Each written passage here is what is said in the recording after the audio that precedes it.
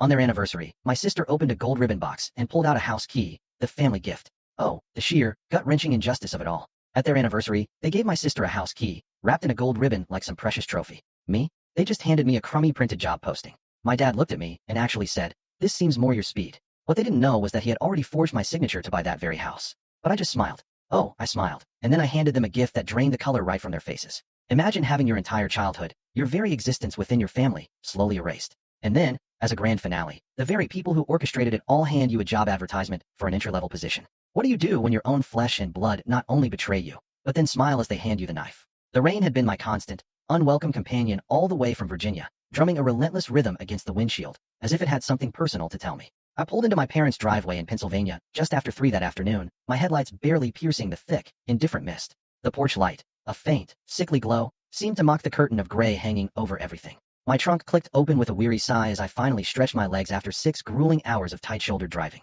My hands were still damp from gripping the wheel too long. Chloe's spotless white SUV was already parked out front, gleaming even in the dim light. She'd probably flown in, completely bypassed the storm, as usual. I stood there for a beat, watching the wipers on her car slowly come to a halt, a strange calm before the inevitable. Then I grabbed my overnight bag and the small gift I'd wrapped the night before, a photo album, something I'd spent weeks curating with pictures from our childhood, trying to recapture a sense of togetherness that felt increasingly distant. I knocked twice, then pushed the door open, just like I'd always done. Except this time, it didn't feel like home. It felt polite. "Harper, you made it," my mother, Susan, said, glancing up from the kitchen island. Her voice was too bright, a practiced cheerfulness that instantly set my teeth on edge. Chloe was already seated on one of the bar stools, laughing at something David, my father, had said. She turned her head over her shoulder, waving dismissively, her diamond engagement ring catching the faint light like a tiny, arrogant star. "You look tired," she chirped. "Long drive," I mumbled, setting my bag down by the stairs, feeling the familiar weight of being observed and judged. "Hi, Dad." He just nodded, not bothering to stand. "You should have come last night. We had cocktails."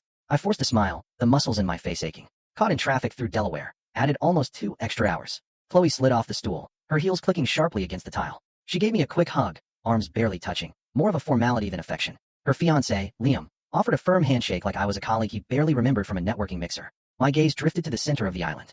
There, wrapped perfectly in gold ribbon, was a box. The kind of wrapping you got from a high-end boutique, not a drugstore. Chloe kept glancing at it, her eyes gleaming with anticipation. "You didn't have to bring anything," Mom said, her eyes landing on the photo album in my hands. "But thank you." She took it, placing it beside a stack of paper towels as if it were a grocery list. I bit the inside of my cheek until I tasted copper. Dinner around 6 was a performance. Chloe had changed into a floral dress while I was still in my travel jeans.